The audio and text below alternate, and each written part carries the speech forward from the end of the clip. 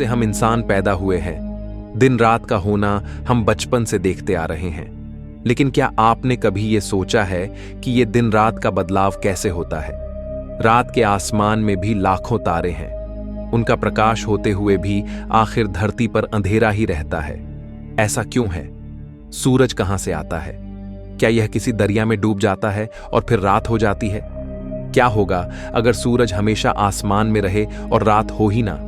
धरती की वो कौन सी जगह है जहां सूरज डूबता ही नहीं है, जहां आप 24 घंटे दिन में रह सकते हो?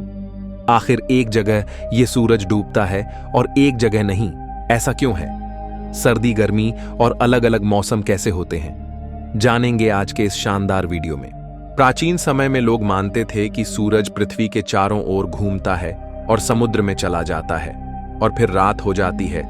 फिर समुद्र से तैरकर दूसरी ओर वापस आसमान की सैर करते हुए अगले दिन आसमान में प्रकट हो जाता है।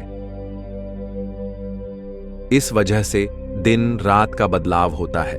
लेकिन उन्हें यह नहीं पता था कि हमारी धरती पर कुछ ऐसी जगहें भी है जहां सूरज आपको क्षितिज पर डूबता हुए दिखाई ही नहीं देगा, बल्कि क्षितिज को छूकर फिर आसमान में उगते हुए हम सूर्य को देख सकते हैं। उनके लिए पृथ्वी सपाट थी।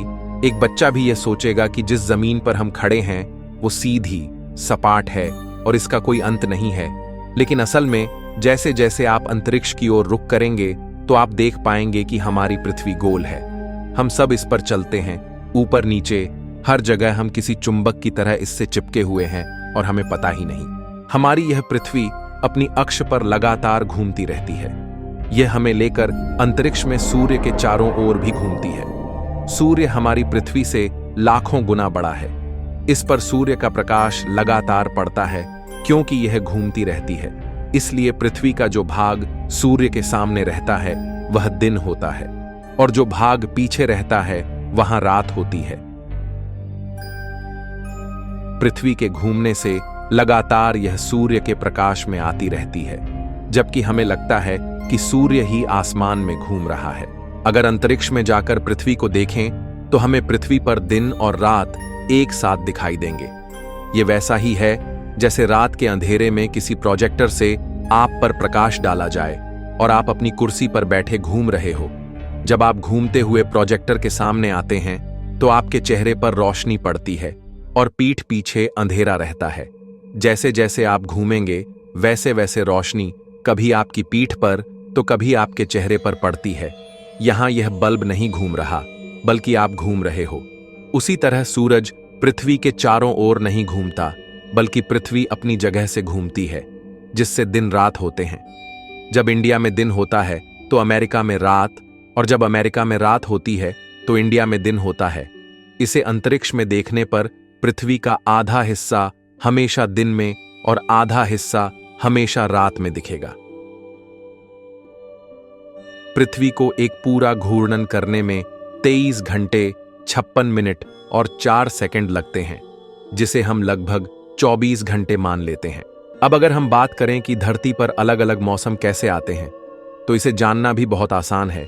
इसके लिए आपको पता होना चाहिए कि धरती अपने अक्ष पर 23.5 डिग्री झुकी हुई है और उसी अक्ष पर लट्टू की तरह घूर्णन करते हुए हम सबको अपने साथ लेते हुए सूर्य के चारों ओर अपनी कक्षा में घूमती है।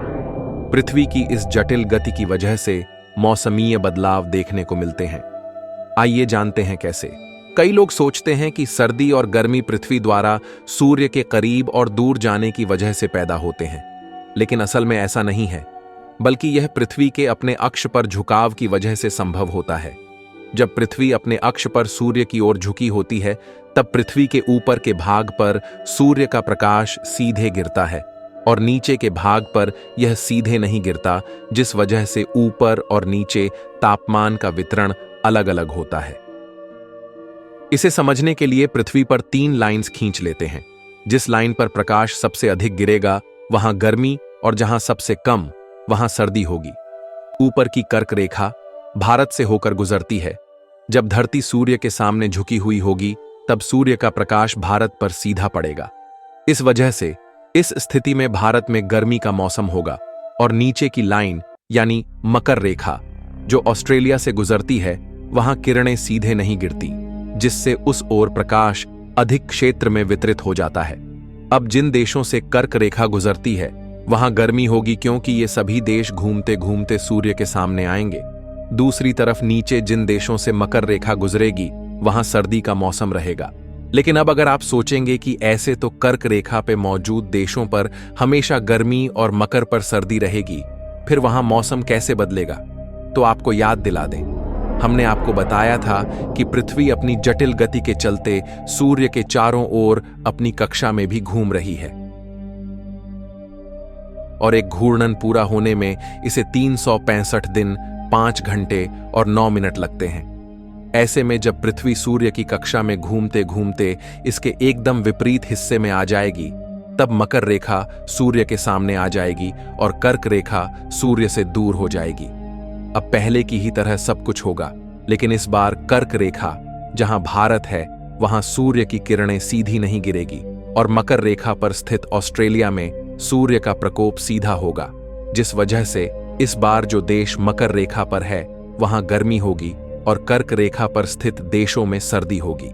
वहीं जब नॉर्थ हेमिस्फेयर का सबसे अधिक झुकाव सूर्य के सामने होता है, यानी कर्क रेखा सूर्य के बिल्कुल सामने आ जाती है, तब इसे नॉर्दर्न हेमिस्फीयर का समर सोल्स्टिस कहा जाता है और यह साल का सबसे बड़ा दिन होता है और सबसे छोटी रात नॉर्थ के लिए यह साल में 21 जून को होता है। और वहीं इसके विपरीत स्थिति में जब साउथर्न हेमिस्फेयर सूर्य के सामने आ जाता है अपने सबसे अधिक झुकाव में, तो इसे दक्षिण भाग का समर सोल्स्टिस कहेंगे,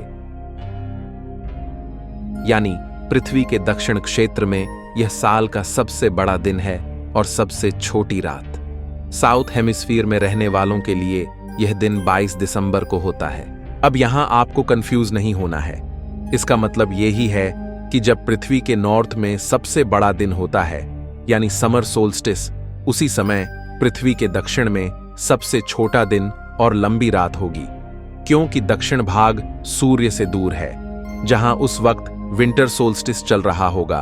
वहीं पे जब पृथ्वी के नॉर्थ हेमिस्फेयर में विंटर सोल्स्टिस होता है तब साउथ में समर सोल्स्टिस होगा। लेकिन सर्दी गर्मी के अलावा अन्य मौसम भी होते हैं, उसे जानने के लिए हमें पृथ्वी की इक्विनॉक्स पोजीशन को देखना पड़ेगा। यह एक बीच की ऐसी स्थिति है जहां सूर्य का प्रकाश पृथ्वी के दोनों हेमिस्फेयर पर बराबर रूप से पड़ता है, क्योंकि तब पृथ्वी का झुकाव न तो सूर्य के सामने होता है न उससे दूर।